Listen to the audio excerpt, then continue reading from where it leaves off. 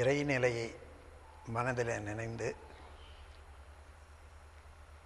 உலகிலே வாழ்ந்து அவர்களுடைய அனுபவங்களை எல்லாம் உலகு கழித்த யோகியர்கள், தத்துவ ஞானிகள் அவர்களுடைய பாதம் பணிந்து இப்பொழுது தியானம் என்ற தவம், அகத்தவம் முறையை இப்பொழுது உங்களுக்கு சொல்ல தயாராக இருக்கேன்.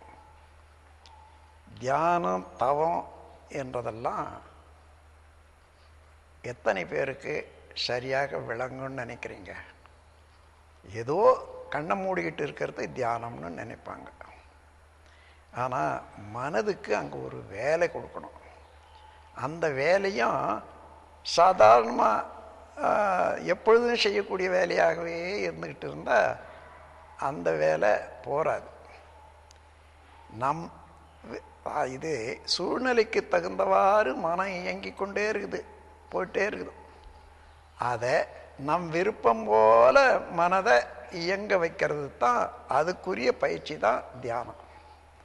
அதுக்கு பலவாறாக எண்ணங்கள் வந்துக்கிட்டு இருக்குது இல்லையா?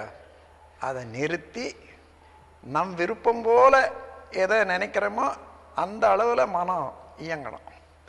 மனம் என்றால் என்ன?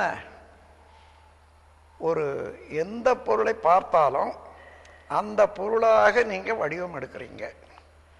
அந்த வடிவம் எடுக்கிற போதே அந்த பொருளுடைய குணங்களையும் நீங்கள் நினச்சி கொள்றீங்க. அப்போ வடிவம், குணம் இரண்டுமே அங்கே பதிவாயிருக்கு இல்லையா? எங்கே பதிவாக இருக்குது? நீங்களே அதுவாக மாறுறீங்க. மீண்டும் அது இந்த மனதுக்கு அடித்தளமாக உள்ளது இறைநிலை அறிவு என்று சொல்லுவாங்க. எப்படின்னா, இப்போது கடலை போய் பார்க்குறோம், அலை அடிக்குது. அலைன்னா என்ன? நீரின் அசைவு. நீர் அசையத்தானே அலைன்னு சொல்கிறோம். அப்போது நம்ம அலை என்று சொன்னால் அந்த நீரின் அசைவை தான் மனதில் வச்சுக்கிட்டு பேசுகிறோம். இப்போ எது அசைகிறது என்று கேள்வி எழுப்பிட்டு பார்த்தீங்கன்னா நீர் அசைகிறது என்றது தெரியுது. அப்போது அலைக்கு உட்பொருளாக உள்ளது நீர், தெரிஞ்சுக்கிறோமே இல்லையா? அப்போது அதனுடைய அசைவும் ஓட்டமும் அலை. இதே போல் இப்போ நம்முடைய மனம் இருக்கிறதே, மன அலை என்பது அதனுடைய, அதாவது சிவனுடைய ஓட்டம். அது நிறுத்தி பார்த்தா அதுவே தான் அறிவு என்று சொல்லக்கூடியது. அதுதான் இறைநிலை என்று சொல்லக்கூடியது. பாரதியார் சொல்லுவார், வெட்ட வெளியாய் அறிவாய் வேறு பல சக்திகளை கொட்டும்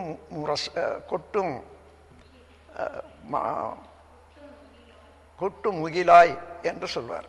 அதுபோல் நம்முடைய மனம் இருக்கிறதே, அந்த ஜீவகாந்த அலைக்கு வெள்ளம் என்று ஒரு பேர் வச்சு அதை செயல்படுத்தி காண்பாங்க.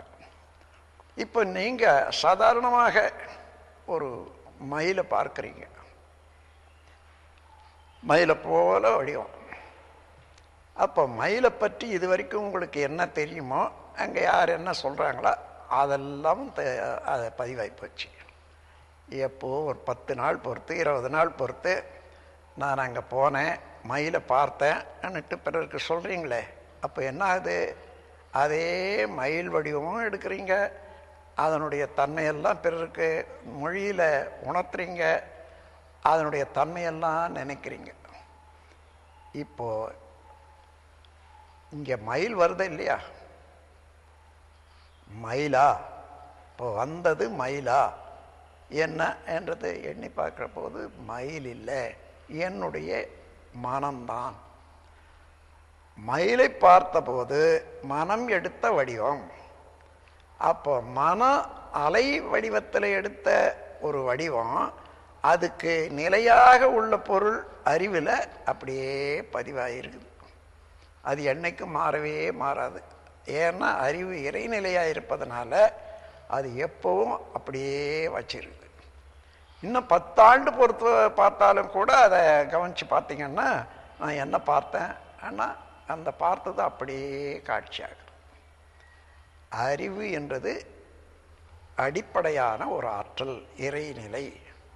அண்டத்தில் கடவுளாய் அழைக்கப்படுபவன் பிண்டத்தில் உயிரென பேசப்படுகிறான் என்று சொல்வார்கள். அதுபோல் அங்கே அகண்டாகாரத்தில் சுத்த வெளியாக இருக்கக்கூடிய இறைநிலையே தான் இங்கே நமக்கு ஒரு அறிவாக, உடலுக்குள்ளாக அறிவாக இடம்பெற்று இயங்கி கொண்டிருக்கிறது. இதை சரியாக கவனித்து பார்த்தோமானா நாம் என்ன எண்ணமோ, என்ன பார்க்குறோமோ, என்ன அனுபவிக்கிறோமோ அவைகளெல்லாம் அலை வடிவத்தில் சுருங்கி நமது ஜீவகாந்த மையத்தில் அப்படியே இறுக்கி இருப்பாக வச்சுக்கோ. யார் வைக்கிறது? அதுதான் இறைநிலை. நான் மனிதன் அலையின் மூலமாக காரியத்தை செய்கிறான். இறைநிலையானது அந்த அலைக்கு அடித்தளமாக இருந்து கொண்டு இவளையெல்லாம் பதிவாக செய்ய வச்சுக்குது. அப்போ இறைநிலைக்கு தெரியாத மனிதன் ஏதேனும் செய்ய முடியுமா? முடியாது. அதே போல மனிதன் செய்த ஒவ்வொரு செயலும் இறைநிலையெல்லாம் இருப்பாக இருக்கிறது. அதன் காரணமாக இவன் என்ன செய்தாலும் அங்கே இருப்பு வச்சிருக்கிற இடத்துல அந்த இருப்பினுடைய குணத்துக்கு தகுந்தவாறு தொடர்ந்து இயங்கி கொண்டே இருக்கும். சில சமயம் நீங்கள் எந்த மென்டல் ஃப்ரீக்குவன்சி சுழலில் அந்த மயிலை பார்த்தீங்களோ அந்த சமயத்தில் எல்லாம் அப்படி அடங்கி இருப்பாக இருக்கிறத மூளையினுடைய செல்களில் உள்ள நுண்மையான காந்த ஆற்றல் அதை விரித்து காட்டும். விரித்து காட்டுற போது மயில் வருது. மயிலை பார்த்த போது அந்த வடிவத்தை அப்படியே சுருக்கி இருப்பாக வச்சாச்சு. அது யார் செய்தது? இறைநிலை தான்.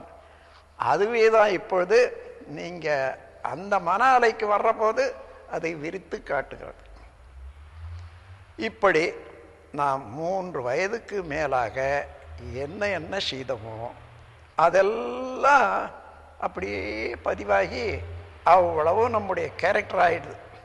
ஒரு எந்த எண்ணத்தையோ எந்த பொருளையோ எந்த ஆளையோ அடிக்கடி நீங்கள் நினைக்கிறீங்கன்னு சொன்னால் அதே தன்மையாக எத்தனை தடவை நீங்கள் வடிவம் எடுக்கிறீங்களோ அந்த தன்மையாகவே நமது குணம் அமையும். அப்படி இன்று இந்த ஜென்மத்தில் நாம் எடுத்த வடிவங்கள் செயல்கள் அத்தனையும் பிராரப்த கர்மம்னு சொல்லுவாங்க. அதுக்கு மேலாக இன்னொரு வினைப்பதிவு இருக்குது. அது சஞ்சித கர்மம்னு சொல்லுவாங்க. இது எப்படி பிறந்த போதே இருப்பாக இருக்கிறது.